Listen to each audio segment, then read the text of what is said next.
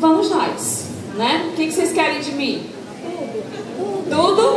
Eita, vocês querem uma cartilha? Vocês querem uma cartilha? Do fazer de ponta a ponta? Tá, então eu vou mostrar uma mini cartilha. Vocês pensavam que iam ficar sem estudar? Tá aqui, ó, uma mini cartilha. Um primeiro passo, como diz ali, né? Um primeiro passo ao conhecimento. Aqui vocês terão um pouquinho do que a gente precisa abrir espaço para conhecer. E aí, quando a gente fala em inclusão, a gente fala em cérebro. Não existe aprendizado sem cérebro. E não existe assumir um papel com o outro quando eu não sei que máquina é essa que existe em mim. Tá? E aí a gente vai pensar um pouquinho sobre isso também. Por quê? Porque para fazer inclusão, para fazer educação, eu tenho que saber se eu sei fazer a minha inclusão, se eu sei fazer a minha educação. Isso é sério. Sério e difícil. Vocês acham que é difícil? Eu acho. Por que eu acho? Porque a gente precisa pensar. Eu venho de onde? Eu venho de uma família que me deu oportunidade. Ou eu venho de uma família que eu não tive oportunidade.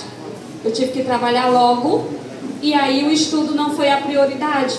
E vocês estão tendo a oportunidade de entrar hoje no espaço da inclusão, onde o estudo é prioridade. Aonde conhecer para agir é prioridade.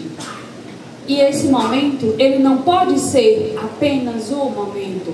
Ele precisa ser a caminhada de vocês no dia a dia. Então, eu estou imensamente feliz por tantas responsabilidades a mim atribuídas. Então, vocês precisam me ajudar. Como professora, mais tarde eu preciso avaliar se realmente ficou. Então, gente, ó, tem uma nota, senão eu não volto mais.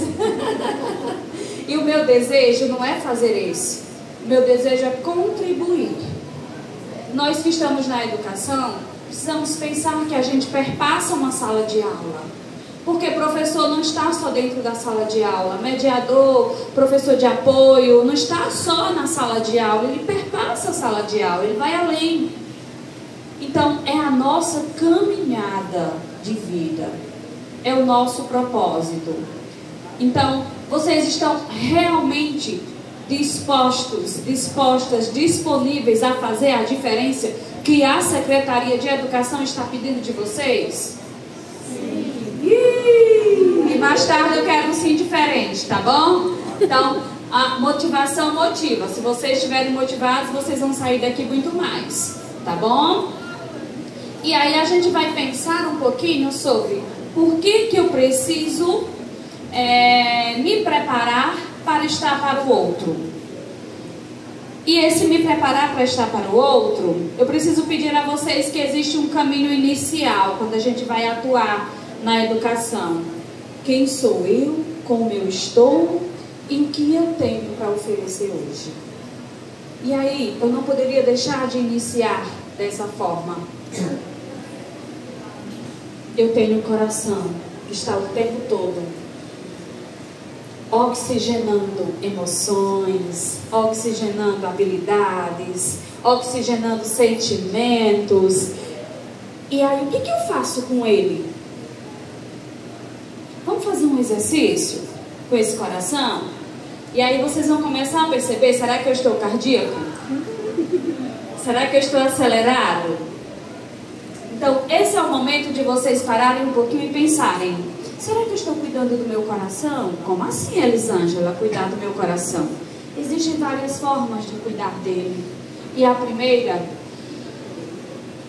é sentindo a tua respiração. Porque é essa sintonia que permite que você tenha as reações. É essa sintonia que permite que nós tenhamos as reações que vão de fato fazer a diferença no nosso dia a dia.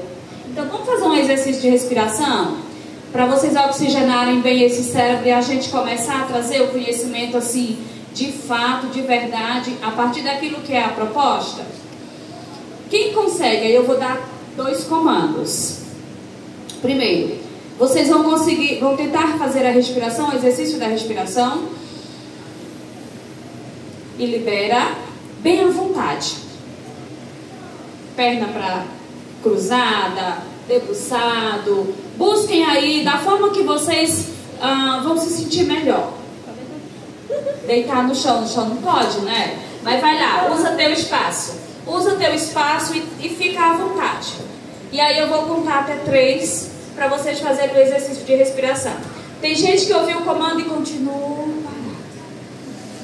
Vamos lá, ficar à vontade. Quem ficar à vontade? Solta as pernas, libera o corpo. Eu vou um pouquinho para lá também, tá bom? Para eu ter a oportunidade de estar mais perto de vocês aqui atrás. Libera. Isso. Se quiser fechar os olhos, fecha. Se não, fica como está, tá bom? Contanto que o exercício da respiração seja feita. Deixa eu só pedir aqui, Aline, esse tá ligado? Não tá? Ah, entendi. Tá, então vamos lá, vamos pro calor humano, né? Atenção, quem conseguir fechar os olhos, fecha. Quem não, vai tentando, pelo menos tenta. Tá? E aí depois eu vou dizer quem não conseguiu fechar os olhos pode ser por quê. Aí eu vou explicar. No 3, vamos lá respirando e aí vocês vão liberar. 1, 2, 3. Foi fácil fazer o exercício da respiração? É natural respirar, não é? Porém, a gente vai agora fazer de forma diferente, tá? Vocês agora vão sentar na postura correta. O que é a postura correta? Isso, olha o movimento. Cadê os professores na sala de aula pedindo para os alunos sentarem na postura correta? Vocês estão vendo a importância? No instante todo mundo deu uma remexida e buscou estar na postura. Gente, isso faz total diferença quando a gente vai precisar focar. Quando a gente vai precisar ter foco para fazer as coisas. É mais do que importante usar a postura. A gente chama de propriocepção. E o que é essa propriocepção? É a organização do teu corpo no espaço. E a respiração, ela está natural. Mas ela vai ser eficiente ou não a partir do teu modo de sentar. Olha a importância de vocês começarem com as crianças, entendendo sobre isso. Não basta só dizer, senta bonito. E aí eu nem ensino mais sentar direito. Sentar direito não é a resposta. Quem é que não quer ser bonito? Quem é que não quer ficar bonito? Então é um motivo de dizer assim, ó, senta bonito, senta na postura. E nós precisamos aprender a fazer isso com os nossos alunos. Porque sentar bonito é organizar o corpo, é a propriocepção, é o corpo e a mente em funcionamento organizacional. Isso faz a diferença. Tá? Então agora na postura que vocês estão, de forma ereta, organizada, em que o diafragma da respiração vai sair naturalmente, sem ser forçado. Tá bom? No 3, de olhos fechados, vocês vão fazer a respiração leve, suave, máximo de tranquilidade que vocês conseguirem. Sem sentir barulhos externos. Tenta usar a concentração. Vai resgatando teus bons sentimentos. Vai trazendo as boas memórias. Vai se colocando nesse lugar hoje em que vocês vão precisar sair novos profissionais, em que vocês vão precisar sair daqui preparados para estarem atuando na função de vocês, fazendo a diferença lá na escola. Vai pensando que tem crianças, adolescentes, que tem famílias que vão estar contando com vocês. Vão pensando que vocês vão estar contribuindo com o crescimento da cidade de vocês, da comunidade de vocês. Tenta fazer o exercício da respiração para que vocês possam tirar a ansiedade, para que vocês possam tirar pensamento acelerado, para que vocês possam interagir com o que vai ter nesse momento. E aí o coração, ele está o tempo todo oxigenando o nosso cérebro. E são essas funções que nos permitem trabalhar, buscar nossa saúde emocional, espiritual e física. Então vamos fazer o nosso exercício de respiração. 1, 2, 3. Vai abrindo o olho devagar. Tenta dar aquela relaxada. Tenta dar aquela espreguiçada devagar. Para um lado, para o outro. Dormiram? O propósito não era dormir. Não é, gente? Mas, ó, o que eu quis trazer? Eu vou passar, porque vocês tiveram dificuldade de visualizar isso aqui demais? Não? Não. Tá. Atenção que isso aqui pode ser uma questão, quando a gente deixa a imagem muito tempo visualmente falando, pode não estar confortável para alguém. Então, cuidado com as ferramentas de trabalho que vocês podem utilizar na sala de aula, que de uma certa forma pode não ser tão confortável para quem vai estar com vocês. Então, vou tirar para a gente fazer outro momento agora e vou trazer 2 pontos. Primeiro, vocês tiveram aí um exercício de respiração totalmente à vontade. O que acontece quando a gente senta totalmente à vontade e vai respirar? A gente não consegue fazer o foco atencional. Ó, região aqui, gente, ó, isso é muito importante. Logo frontal, bota a mão na testa de vocês. Vocês vão pensar agora que toda e qualquer tomada de decisão, isso vale uma foto bem bonita, cadê? Vale uma foto, tá todo mundo concentrado aí, ó. Logo frontal, essa é a região da tomada de decisão. Tudo que nós vamos fazer, nós acionamos essa região aqui. É ela que nos permite ter a tomada de decisão. Então, nós precisamos entender que as nossas ações, elas não vêm do querer apenas. A gente aciona funções cerebrais. E aí, gente, ó, aonde nós estamos com a mão é de fato o comprometimento maior do TDAH. É onde ele não consegue. Oi? É onde ele não controlar. É onde ele não consegue manter o foco. É onde ele não consegue tomar a decisão correta. Então é essa região aqui, ó, que permite que nós tomemos a decisão. E aí, pode baixar. A gente tem 2 alternativas que nos permite manter-se. E aí é o controle inibitório que também é acionado para eu tomar a decisão. Ou eu aciono para o bem, ou eu aciono para o contrário do bem. Então, na hora que vocês forem tomar uma decisão na sala de aula, no espaço de vocês, com o aluno de vocês vão acionar o controle inibitório. Ou seja, será que eu posso fazer isso? É o que nos permite pensar. E se eu fizer, eu vou ter prejuízo? Vai prejudicar meu trabalho? Vai trazer alguma consequência para o meu aluno, para mim? Então é essa região aqui que a gente aciona para tomada de decisão. E tomar decisões na educação precisa ser fomentada em conhecimento. Por quê, Alisângela? Porque nós temos crianças que precisam do nosso apoio na tomada de decisão para que elas possam atender às necessidades delas a partir do nosso conhecimento. Espera, não faz agora. Escuta o comando. Isso é ensinar a tomar decisões, tá? E aí eu vou trazer bem rapidinho essa tomada de decisão na hora de uma crise. Vamos lá, crianças autistas. Por exemplo, não só o autismo entra em crise não, tá? TOD, TDAH também entra em crises. E aí, qual é a postura nessa hora? Primeiro, gente, tocar, abraçar é comum, não é? Quando a gente quer acalmar alguém, a gente não quer trazer para cá, pro colo, a gente não quer fazer aquele aconchego para ver se acalma. Não funciona mais para todas as crianças, principalmente no autismo. Por quê? Porque tem a questão do toque sensorial, tá? E aí a gente talvez não consiga tanto amenizar aquele momento. Então, o que eu oriento na hora da crise?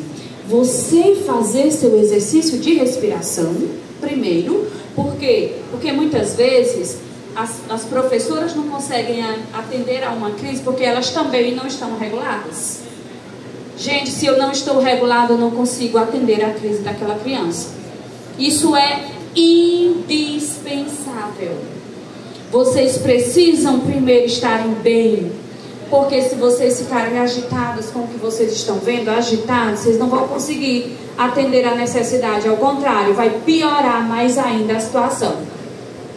Então, primeiro, eu estou preparada para atuar? Segundo, alguém que está comigo, que está vendo, está ajudando, a gente tem a responsabilidade de olhar quem está lá do lado vendo a crise, que está com, cuida dele, corre, faz alguma coisa, chama. Não precisa falar. Então, se não tem como chegar junto de outra forma, essa aceleração não ajuda. Vocês precisam entender disso, porque o outro não sabe disso. E se o outro não sabe, eu sei, eu preciso dizer, porque faz parte do processo. Elisângela, então eu tenho que olhar para quem está ao lado e dizer assim: ei, por favor, me dá só um tempo. Tem que olhar e dizer: me dá um tempo. Agora você não vai, fulano, sai daqui, me dá um tempo. Que não... Aí não dá certo. Entra em crise a criança, entra em crise o adulto, e aí não funciona. Tem que ter muito cuidado com isso, gente. Por quê? Porque o momento de crise deles é desconforto. Foi algo que aconteceu que eles não conseguiram relatar, que não gostaram, que não foi bom, que queria mesmo ter feito. Por exemplo, o Todd, quando parte para cima com agressividade, é porque ele recebeu um não. Ele foi frustrado. E aí, de que forma a gente trabalha isso? Por isso que eu estou trazendo a calmaria, porque tem que existir mesmo, viu? Se vocês não estiverem buscando o controle emocional de vocês, minha gente, peçam ajuda, a equipe está aqui. Elas estão de prontidão para ouvir vocês e dizer: vamos procurar um psicólogo para ouvir vocês, para fazer uma escuta. Não é para tratar, é você a psicóloga? Não? Ah, desculpa. Pronto. E aí a gente pode pedir ajuda para fazer uma escuta. Não é clínica, não é um atendimento clínico, mas é uma escuta. E aí, essa ponte da escuta, ela vai te dar a oportunidade de direcionar um caminho.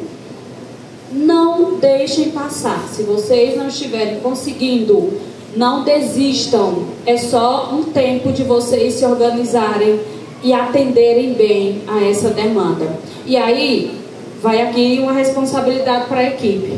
Nessa hora, vocês precisam deixar claro para toda a equipe que vão trabalhar com as crianças, todos os apoiadores, sobre cada um. Ou seja, primeiro vocês precisam ter um relatório desse aluno que vocês vão atender. Por quê? Porque eu preciso conhecer com quem eu vou trabalhar. Preciso conhecer com quem eu vou trabalhar. E aí eu vou saber como atender aquela crise. Isso a gente entrou já em conversa, eu já conversei com a Aline sobre isso, inclusive chamar a família, o AE, né, o atendimento educacional especializado, vai fazer também esse momento com a família, porque estou trazendo a crise, gente, que é um dos maiores desafios na educação, tá? Um dos maiores desafios. Quando a criança entra em crise, o que eu tenho que fazer? E o que é a crise? É o desconforto. A crise não é porque ele seja um menino danado, ou um menino que não tem educação, ou um menino que a mãe... Não é isso, tá? Se for uma criança neurotípica, ou seja, aquela que não tem nenhuma condição comportamental, vem mais birra do que crise. E crise e birra são diferentes. Ontem na aula de autismo a gente viu muito isso, né, meninas? Crise e birra é bem diferente. E aí eu vou trazer para vocês também, né, o que a gente pode estar entendendo enquanto crise e birra. A crise é o desconforto do momento. Então ela tem uma durabilidade de tempo. A crise, a birra não. A birra, enquanto a gente não cede, ela não passa. Então ela tem um tempo muito maior. A crise, ela pode durar entre 15 e 20 minutos. Por isso que nós temos a oportunidade de aprender como lidar, porque ela passa. É diferente de uma birra, porque enquanto eu não entregar para ele o que ele quer fazer naquela hora, a birra não passa. Enquanto a gente não der o chocolate que ele viu na mão do outro colega, enquanto a gente não disser, ó, dá um pedaço a ele, não passa. tá? E aí ele só vai realmente deixar passar depois que ele for atendido pelo pedido. Isso está muito dentro do TOD. E aí o conhecer para agir é de fundamental importância. Mãe, vem cá, como é que a senhora consegue conter a crise em casa? Não, a crise dele quando vem é por isso, por isso, por isso. Eu faço assim, assim, assim. Porque esse elo na educação inclusiva é mais do que importante. Tá? E aí a gente precisa trabalhar isso junto à família. De repente a gente encontra até meios de como lidar com isso, que em casa a família não tem conseguido e a gente consegue. Então é de suma importância nós entendermos sobre isso. E aí, na hora da crise, gente, posso tocar? Esse toque aqui, ó, calma, mamãe vem já, ou então vamos ali, vem cá, né? Isso aqui não ajuda. Quanto mais você fala, mais ele não consegue te escutar e te entender, porque tem um hiperfoco sensorial que está falando mais alto, tá? E aí, a melhor forma de ajudar, exceto quando ele está em risco, aí eu preciso entender a necessidade de conter. Conter pegando? Não. Pode vir aqui? Posso te usar? Conter pegando, ó, aqui não, isso não é permitido. Aqui na mão apertando para ele, não. No braço aqui, segurando aqui, também não. Quando a gente vai conter em relação a riscos, é aqui, ó, abraçando por trás. E aí, a nossa condição é de olhar o tamanho da criança, porque eu já fui machucada. Nessa contenção aqui, ele ficou aqui em mim e deu só uma cabeçada para trás e eu fiquei com o lábio cortado. Então, tem que ter cuidado. E essa nossa postura, ela precisa ser indispensavelmente organizada. Por quê? Porque eu também vou conter, mas preciso me defender, sem machucar, tá? Então, pegar pelos braços, juntar a mão, segurar aqui, não façam isso. Por quê? Porque eles se sentem ameaçados. E quanto mais ameaçados, gente, mais eles demoram essa crise. E aí, vamos lá. Vem cá, terminei não. Vamos lá. Como é que eu posso fazer então, Elisângela? Vamos pro TEA. Ele não gosta do toque. Mas você precisa estimular. Porque o que acontece? A gente pensa que porque eles não são acessíveis ao toque, a gente não pode fazer. É aí onde nós erramos. Se eles não gostam, a gente precisa criar mecanismo de fazer o toque. Por quê? Porque eu preciso trabalhar isso com ele. É uma inabilidade que precisa ser transformada em habilidade.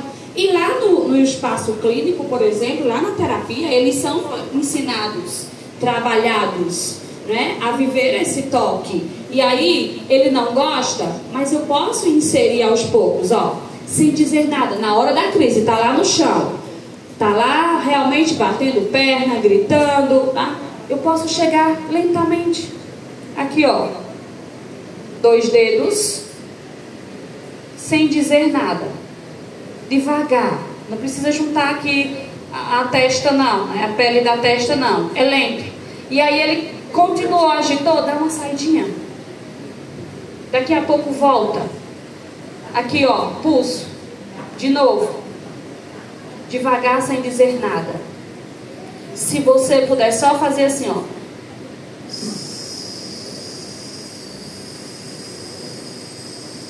Sem barulho diferente. Aí vai. Não funcionou de novo? Dá uma saidinha. Vai tentar aqui agora, ó. Para ver se vocês conseguem o olhar, o olho a olho. Porque ele precisa primeiro acalmar para poder a gente entrar em cena. A gente não consegue, vamos dizer, amenizar uma crise quando eles não conseguem ali nos ouvir, nos perceber. Então demora muito mais se eu tiver que chegar junto. Eu vou dar um exemplo bem rápido para vocês. Obrigada. Eu precisei tirar uma professora da sala de aula na hora de uma crise de um aluno. Por que eu precisei fazer isso? Porque o aluno ficou chateado pela questão do comportamento da professora na hora de apagar o quadro. E aí ele conseguia fazer, só que não no tempo da professora.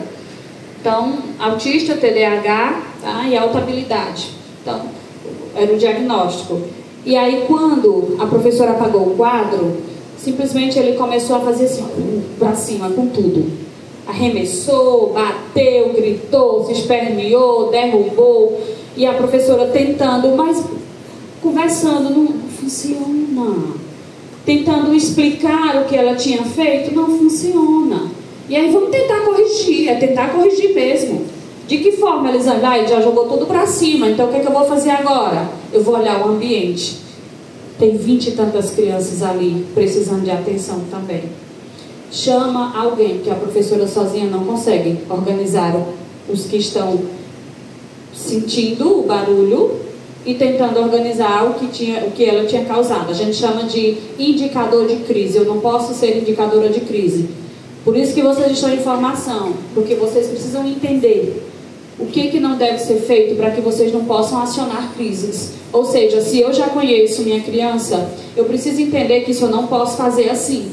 Eu tenho que tentar buscar meios para fazer, porque senão eu vou ser um indicador de crise para ela. Tá? Isso é muito importante. Elisângela, como é que eu faço isso? Você consegue fazer isso a partir do momento que você sabe com quem você está trabalhando. A criança com quem você está é suporte 3, então tenhamos muito cuidado, porque ela tem uma variedade de comprometimentos. A Elisângela é um TDAH ligado no 560. Então, cuidado, porque ele vai precisar muito da tua afetividade. Ele vai precisar muito do teu linguajar diário afetivo. Ou seja, o vínculo. Construir o vínculo. Tá? TDAH é um transtorno que não vem com vários diagnósticos juntos. Não. Ele vem com déficit de atenção. Hiperatividade ou do tipo desatente. Porém, ele pode estar... pode ser uma criança que esteja com outro diagnóstico. A gente chama de diagnóstico primário e diagnóstico secundário. Que pesa mais é o diagnóstico primário. Ou seja, se é um TEA, que os comprometimentos são maiores, então é um primário. Se tem uma ocorrência, o TDAH aparece porque ele é agitado, ele é inquieto. Então, o TDAH é o secundário, se ele for o que prevalece menos, tá? E aí, na hora dessa crise dessa criança, me chamaram. E quando eu cheguei, ele só fazia assim com a professora: eu odeio você, eu vou matar você, porque era a ameaça que ele tinha sentido, tá? Se sentiu ameaçado, gente, eles fazem isso mesmo. É uma forma deles demonstrarem que não foi bom, que não está confortável. E aí, mas ele poderia ter dito, né, tia, não esperem resposta imediata. Eles não dão resposta, eles têm atraso de resposta. Não é porque eles não pensem, não, eles pensam. Mas essa expressividade aqui, para eles darem a vocês, demora. E aí não vem a resposta falada, verbalizada. Vem a resposta comportamental. Essa é uma leitura que deve ser feita para o TEA. Essa é uma leitura que deve ser feita para o TDAH.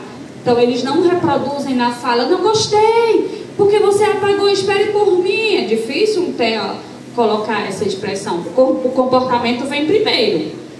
O comportamento vem primeiro. O corpo fala primeiro. E aí, quando ele começou a gritar, olhando para a professora, que eu entrei, eu desfoquei, porque aí é outro ponto também. Quanto mais, vem cá, não faça isso não, vem, eu vou te ajudar. Quanto mais você foca na crise, mais ele tende a ter esses comportamentos. Por quê? Porque ele acionou algo que foi ameaçador para ele. Então, dá um tempinho. Eu vou ficar olhando o menino em crise? Não, você não vai ficar olhando. Você vai fazer a tentativa. Não é que o menino entrou em crise e você deixou para lá até ele passar, não. E entendam, não estou dizendo isso. Tá ficando claro? Sim. A questão é vocês fazerem a primeira intervenção. Não funcionou, dá um tempo, porque a criança precisa da regulação própria dela para poder vocês entrarem com mais outra forma de regulação. Tá? E aí, nessa hora, eu precisei acalmar os outros e desfoquei dele. E aí a professora era o foco. Enquanto eu estava aqui com os outros, falando sobre o grito, porque estava todo mundo com a mão no ouvido, porque eu tinha escutado muito grito, não tinha gostado, emocionalmente falando, eles não estavam bem como estavam vendo.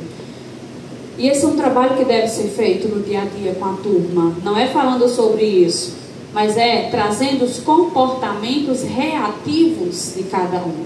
E aí o socioemocional já é matriz curricular na escola.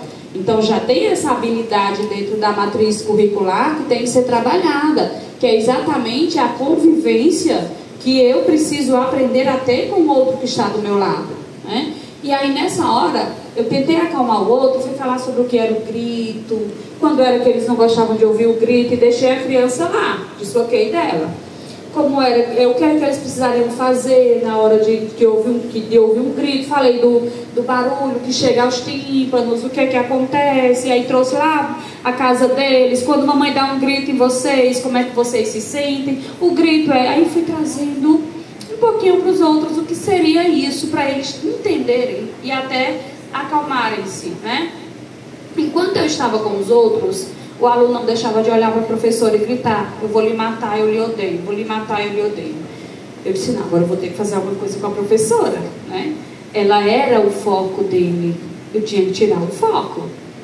E aí eu olhei para ela rapidamente e disse: professora, dá uma saidinha, assim, bem sutil para ele não... E aí ela me atendeu e saiu. Quando ela saiu, ele tinha o foco? Não. Acalmou. Porque a vontade que ele tinha ali era de quem ameaçou. Era o desejo que ele tinha de expressar o que tinha acontecido com ele. E aí quando ela saiu, eu consegui manter mais a calma. E aí foi passando, foi acalmando e foi voltando. Terminou o horário de aula, eles foram para o intervalo. Aí depois lá vou eu, a professora. Vamos lá, porque que eu pedi, a sala é sua. Então fui lá explicar para ela a importância dela ter me atendido, agradecer, pedir desculpas, porque eu tive que fazer assim, ó, imediato, dá um tempo, dá uma saidinha. E aí eu fui explicar para ela depois. Gente, é tirar o foco. Se eles tiveram com algum coleguinha, um atritozinho com o colega, tira o colega um pouquinho, tá?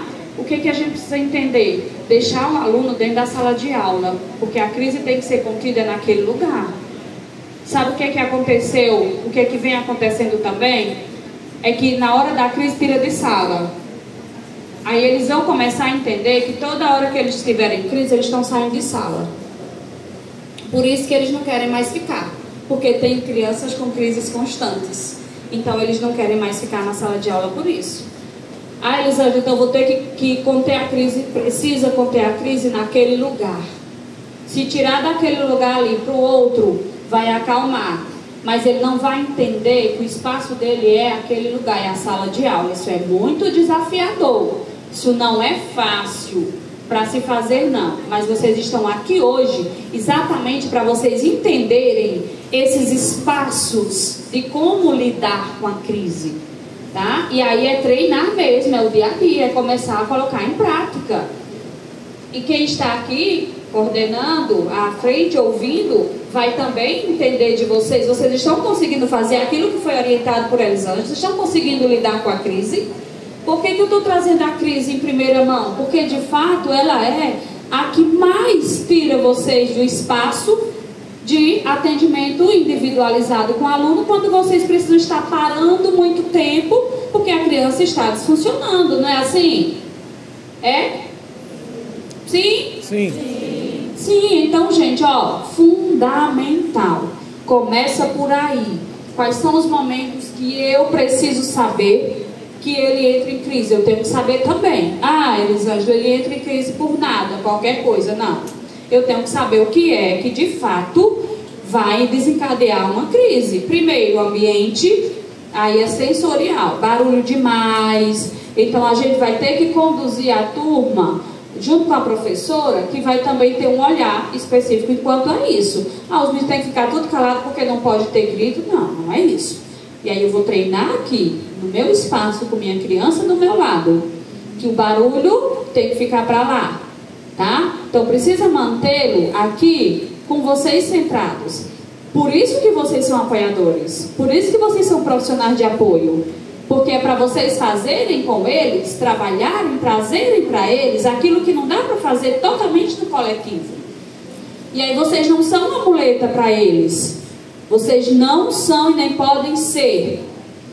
E aí a coordenação tem a responsabilidade, a coordenação pedagógica, a direção, de acompanhar se vocês realmente estão fazendo as coisas por eles, porque o objetivo não é esse, a proposta de vocês não é essa, que a gente vai falar já já sobre isso, tá? Então, quando teve a crise, trabalhe o exercício de respiração, para essa criança não voltar depois da crise de todo jeito.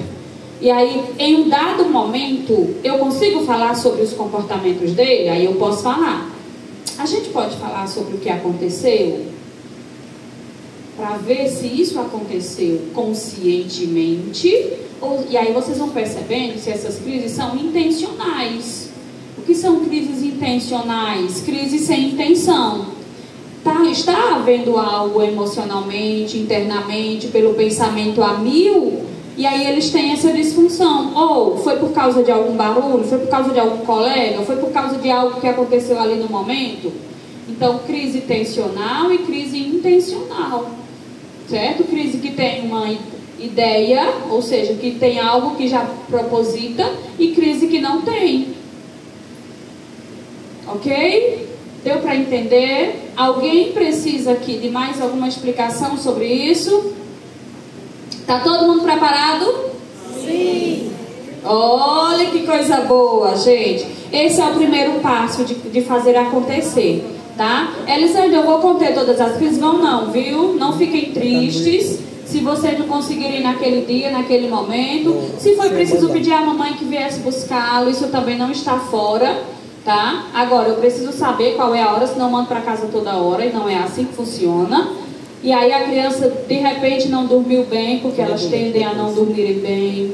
De repente aconteceu alguma coisa no ambiente familiar e que elas não vieram para a escola muito bem, tiveram que vir, vocês sabem que isso acontece, né? Os pais levam de todo jeito, vou usar o termo de todo jeito, porque a condição é de ter que ir para a escola, né? E aí muitas vezes as crianças vão sem nem quererem ir, vão porque realmente os pais, não, você vai ter que ir, você vai ter que ir, e quando chega lá, tem aquela condição todinha de vocês receberem esses comportamentos que aconteceram anteriormente, né?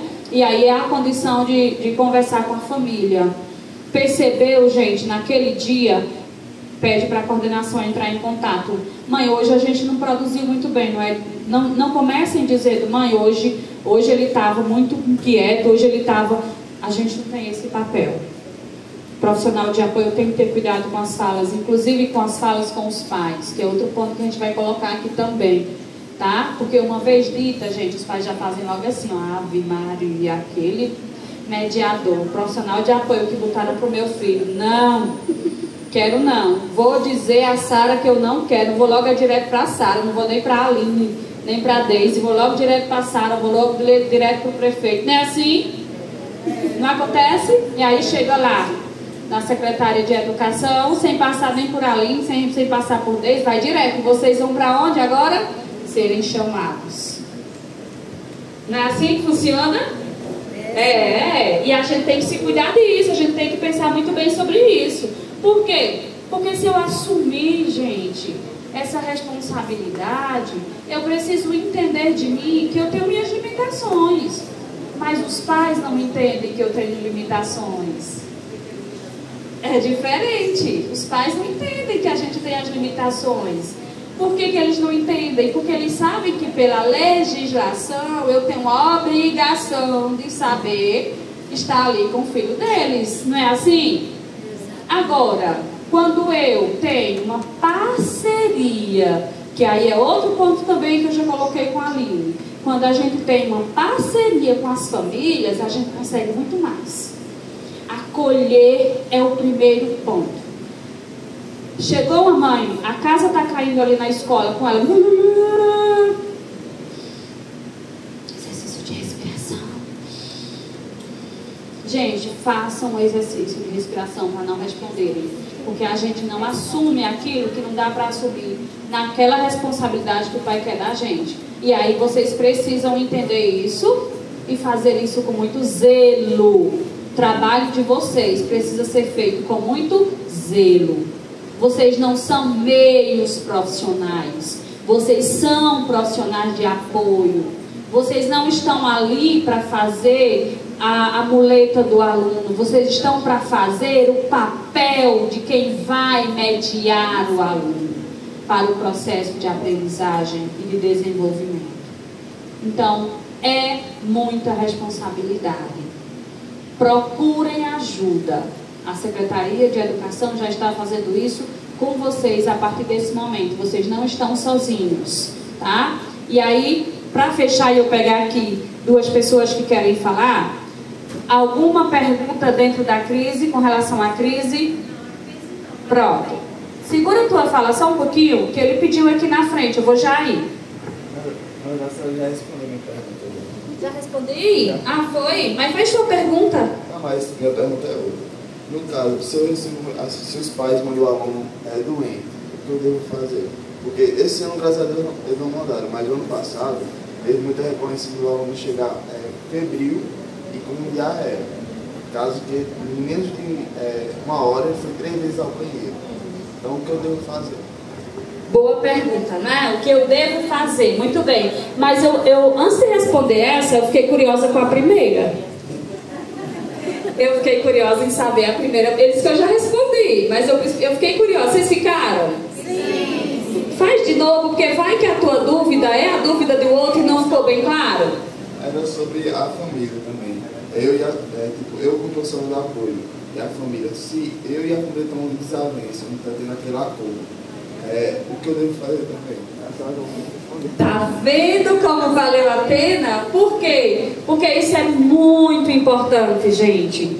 Tá? As duas perguntas foram excelentes. Eu vou responder aqui e vou já ir atrás, tá bom? Primeiro, vou repetir. Indispensavelmente, nós não podemos estar em desavença com a família. Isso é muito difícil, mas nós precisamos tentar vencer isso, tá? Então, o que eu sugiro? Não batam de frente. Quando vocês não estiverem, preste atenção a essa fala, que ela é muito séria. Vocês estão vendo como eu estou fazendo? O meu corpo está falando a seriedade dela. Se vocês não estiverem aptos, preparados para responder, peçam tempo. Não respondam de imediato, porque cria mais problema. E aí pede socorro. Vai pedir socorro à coordenadora. Ela é quem vai precisar mediar o processo entre vocês e a família. Se vocês não puderem estar com a família em um ambiente onde há uma parceria direta, tá? Que aí nós vamos falar muito mais sobre isso depois, quando eu mostrar o slide. Peçam ajuda. Primeiro, tudo que acontecer, vocês precisam não passar direto para a família. Gente, eu já vivi um caso que foi levado ao Ministério Público por causa disso. Cuidadores, mediadores, profissionais de apoio, dizendo as coisas diretamente às famílias, sem passar pela coordenação. Quando a coordenação viu, já estava lá nas redes sociais. A denúncia já tinha sido feita. Isso é muito sério. E sabe, a partir do momento que a Secretaria de Educação abre um espaço desse aqui para vocês, eu vou dizer a gente, porque eu também me sinto muito quando os pais precisam ir ao Ministério Público. Mexe muito comigo. A gente não precisa mais ir para o Ministério Público, porque a gente está sentando para entender. Quando a gente é leigo, a gente erra de verdade para acertar. Mas quando a gente começa a entender, a gente começa a trabalhar em uma linha. Então vocês precisam ser aqueles profissionais de apoio seguros do que vocês estão fazendo. Por quê? Porque a Secretaria está buscando trazer informações para vocês. Eu fiquei muito feliz quando a Sara disse que já tem aí essas formações que vão ser durante o ano. E isso, minha gente, é muito importante. Sabe? É o alimento diário de vocês. E esse material aqui, ó, ele tem tudo sobre deficiências. Eu trouxe aqui as leis, eu trouxe como conduzir. Aqui vocês vão ter uma leitura muito bacana, para que no dia a dia vocês possam fomentar isso em vocês. E aí o laboratório de vocês é a prática.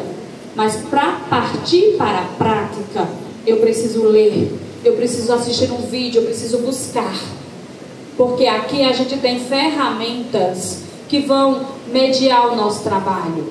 Tem tudo? Não tem tudo. Mas é como eu digo, a gente vai buscando um, aprendendo de um jeito e transformando de outro. Porque a essência da inclusão está no conseguir fazer a partir daquilo que existe como literatura científica. Tudo hoje, todo e qualquer transtorno hoje ou deficiência se explica.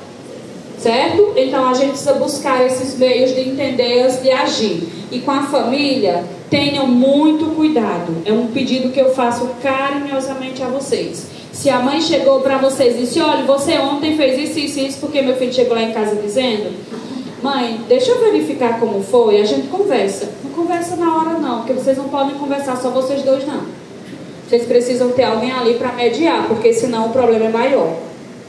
Não façam esse momento com a família só vocês dois.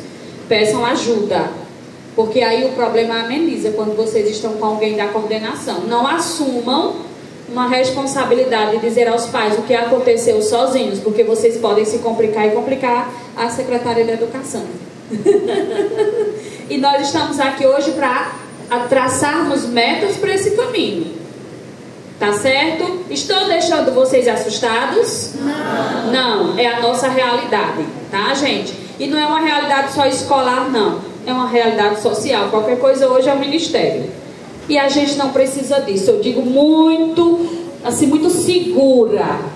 Eu digo muito segura. Nós, da educação, não precisamos de ministério público. Por que, Elisângela? Porque nós temos muitas ferramentas que são nossas de trabalho. Agora, quando eu vou lá e quero fazer do meu jeito, aí eu estou realmente abrindo portas para isso. Tá certo? A outra pergunta é: quando a criança está doente, pronto, chegou doente, realmente isso acontece muito. Já coloquei anteriormente, questão da família, de ter que levar, porque não tem onde deixar, tem que trabalhar, tem todo esse ponto. Porém, vocês precisam, inclusive, até criar um documento, Aline, se for o caso, é uma sugestão, das crianças quando estiverem doentes, chegarem doentes, vocês fazerem ali aquele registro, aquele documento, né? Hoje o aluno, vou dar um exemplo, hoje o aluno fulano de tal, série tal, chegou à escola, né? O mediador trouxe com o estado febril, foi colocado termômetro, registro ali. E aí é uma oportunidade de vocês até falarem depois, não é mostrar um documento para a família, isso é uma questão interna. Estou sugerindo por questões internas, os pais não precisam nem receber, nem isso não é uma questão de levar para os pais não, é de registro da escola mesmo, né? E aí a gente faz a ligação para pegar. Não tem como, não se responsabilizem por uma criança no estado febril, pelo menos febril dentro da escola, porque isso aí pode ocorrer algo maior e a responsabilidade ser para a escola. Então precisa fazer isso com as famílias, né? Nós estamos pensando, né, Aline, posso abrir? Nós estamos pensando em um momento com os pais dos alunos do AE, né? A gente vai organizar isso direitinho e eu vou ter um momento com eles, se Deus quiser. E a gente já está pensando nisso. Por quê? Porque a gente precisa trabalhar com vocês e trabalhar as famílias. Não acontece trabalhando só com vocês. Sim? Quando o aluno está doente, a gente que liga para a família e tudo. E quando a própria família se recusa a buscar o aluno? Quando a própria família se recusa a buscar o aluno, aí já é algo muito mais, eu vou dizer que elevado, pelo fato de, se a criança vem para a escola, a família se recusa a buscar, analisem esse caso. Por quê? Não estou dizendo que é o caso da criança, mas pode existir negligência familiar, que não foi só aquele momento. Pode estar sendo negligenciado em outros momentos, e aí já entra outra questão também, que são outros profissionais, por exemplo, uma conversa com a assistente social, para ver como conduzir o caso, né? Já para entender se essa criança não está vivendo, passando por negligência familiar, que aí já é outro ponto que não compete a vocês, tá? Porém, estar na sala de aula, estar na escola, deve ser levado o caso. Porque quando ela faz isso, gente, não foi só aquele momento da escola, porque convenhamos, o menino está doente, não vou buscar não, fica aí, cuide dele. Mãe, a gente não tem como cuidar. Não, perguntei, o que aconteceu já esse ano com uma colega nossa de trabalho. Já 2 vezes que o menino adoece, ela liga para a mãe simplesmente diz, não, eu sei que ele estava doente, mas ele vai ficar aí. Aí tem que tomar, viu, uma decisão, a escola tem que se posicionar, porque não, tem que levar o conhecimento, porque não tem como não assumir isso não. Depois acontece um problema maior, né? E a responsabilidade é da escola. Isso a gente também pode estar esclarecendo, porque é uma questão de formar também, não é? É uma questão da gente formar. Eu vou formar todo mundo? Não, mas eu vou plantar. E meu momento, meu espaço e meu propósito, minha missão é plantar. A nossa missão é plantar. Nós nunca vamos, eu vou dizer eu nunca, porque nós temos uma sociedade que é desigual. E aí eu costumo dizer que nós estamos sendo alfabetizados, mas nós temos 1001 motivos para sermos analfabetos. Porque enquanto a gente está aqui buscando fomentar, tem muitos outros que precisariam também estar à frente disso, buscando, né? Fazendo seu diferencial. Então é uma parceria mesmo. E que bom que a Secretaria de Educação também está pensando em ampliar isso, tá? Então considerem-se muito, muito, muito olhados, viu, gente? Vocês precisam se considerar que estão no caminho certo, porque tem alguém cuidando de vocês, ou seja, vocês não estão sozinhos. Ao mesmo tempo que vocês recebem as responsabilidades que são de vocês, a partir do momento que vocês fizeram uma seleção, a partir do momento que vocês estão aí nessa função, vocês também terão a oportunidade de serem olhados. Mas essa questão da doença, ela é muito séria, da criança doente na escola, perpassa do trabalho de vocês, tá certo? Então, chama alguém, passa a bola para pedir ajuda, e isso vai muito mais além do que só mediador ou o profissional de apoio e a coordenação. Eu já sugiro que num caso como esse, aí você há de convir comigo, na questão da negligência familiar, né, já entrar também aí um atendimento com assistente social, para analisar, fazer a visita à casa dessa criança. Sim. A gente tem assistente no núcleo, na equipe do núcleo, intersetorial, para fazer essas visitas. Pronto, aí já é a oportunidade de levar o caso para a coordenação e a visita ser feita, tá? Por isso que eu disse para vocês que nós temos 1001 ferramentas para trabalhar. A gente não pode se sentir assim não, ó. Por quê? Porque do mesmo jeito que a inclusão fez assim, bum, para todo mundo, ela também trouxe literatura científica. Ela também trouxe como tratar. Ela também trouxe como lidar. E esse é o nosso papel, estudar. Ok? Vou ali para trás agora que tem. Respondi? Sim?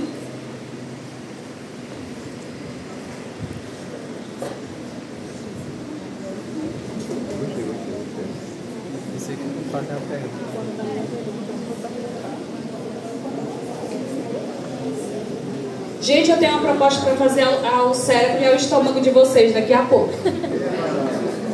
Ao cérebro e ao estômago. Deixa eu ir aqui atrás para a pergunta.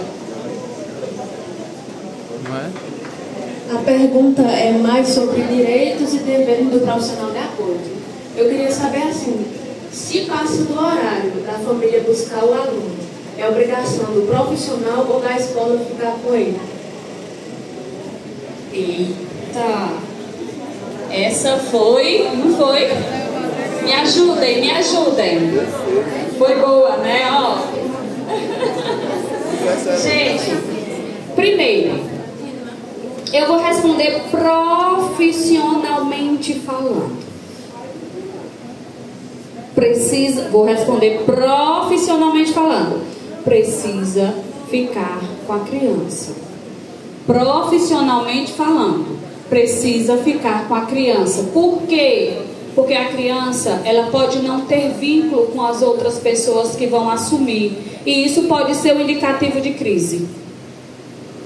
Ok? Agora, vamos para o outro ponto. Com relação ao horário de vocês.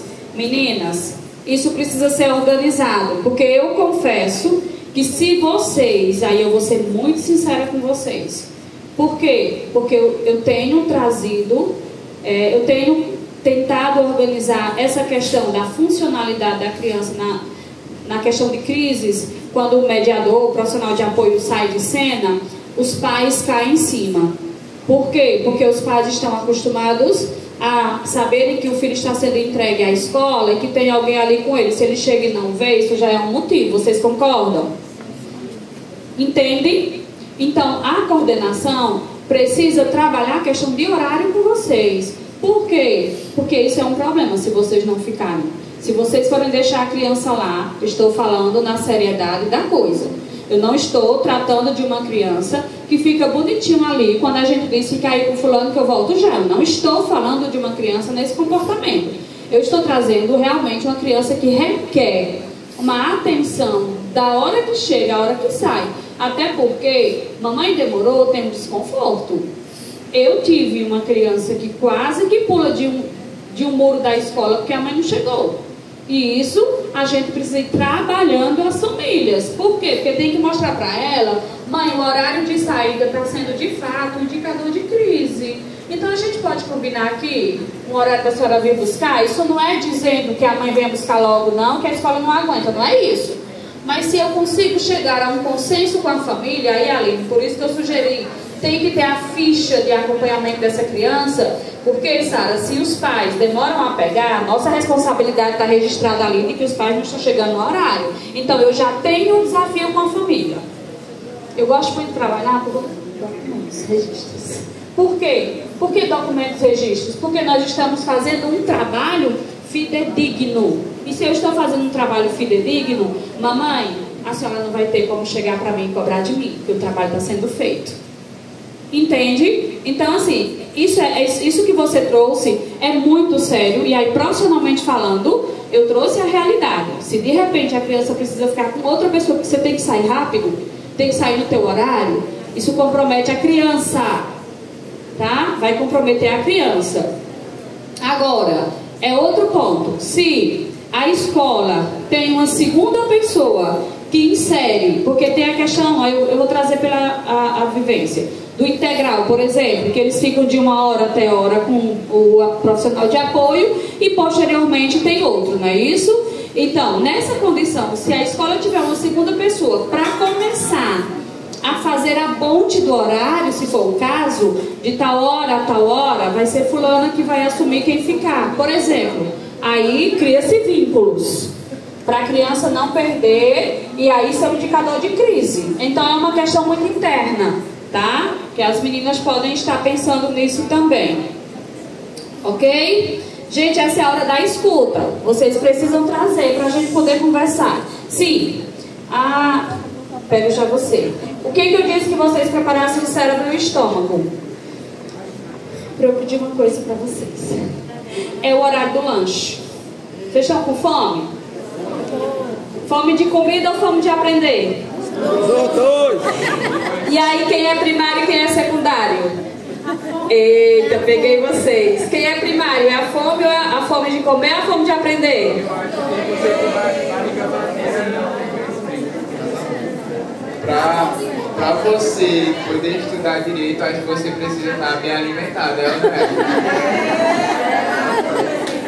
Gente, é perfeito o que ele trouxe, porque de fato, se a gente realmente está com fome, a gente não foca. Porém, nós somos maduros, nós somos adultos e nós temos a capacidade de nos manter, tá? E aí eu gostaria de fazer uma sugestão, da gente não parar, porque a gente vai quebrar um pouquinho o tempo, da gente não parar, porque eu tô vendo que vocês estão com muita vontade também. E aí, se vocês forem alimentar o estômago, né, forem comer, depois vocês vão voltar mais. Aí vai que eu não consigo o meu objetivo e depois a nota não é a proposta, tá? Então eu queria fazer o seguinte, como sugeriu a Aline, se vocês concordarem a gente dá seguimento e na saída vocês já pegam o lanchinho e saem.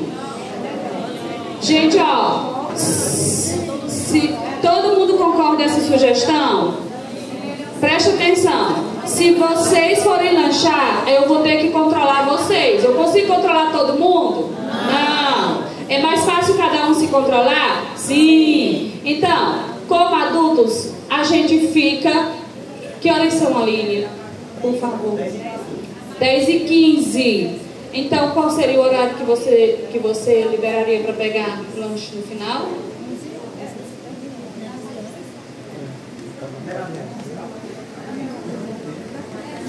Gente, vamos lá. Até 11h15. 11h15 libera. E aí vocês vão, já pegam e pronto. Ok? Sim? Levante a mão. Vocês nem esperaram que eu terminasse. Só para eu ver aqui o desconforto. Ficou desconfortável esse tempo? Não. Então, ó, o que nós estamos fazendo aqui é democracia. Então, se vocês conseguem trabalhar com isso, vocês conseguem seguir regras também. Olha aí, tá vendo o contraponto? Gente, talvez seja mais proveitoso, tá? Eu sei que podem aí estar com fome, né? Mas tá tão rápido o tempo, né? Passa ligeiro. Eu pensei que eu pudesse ficar até meio-dia com vocês.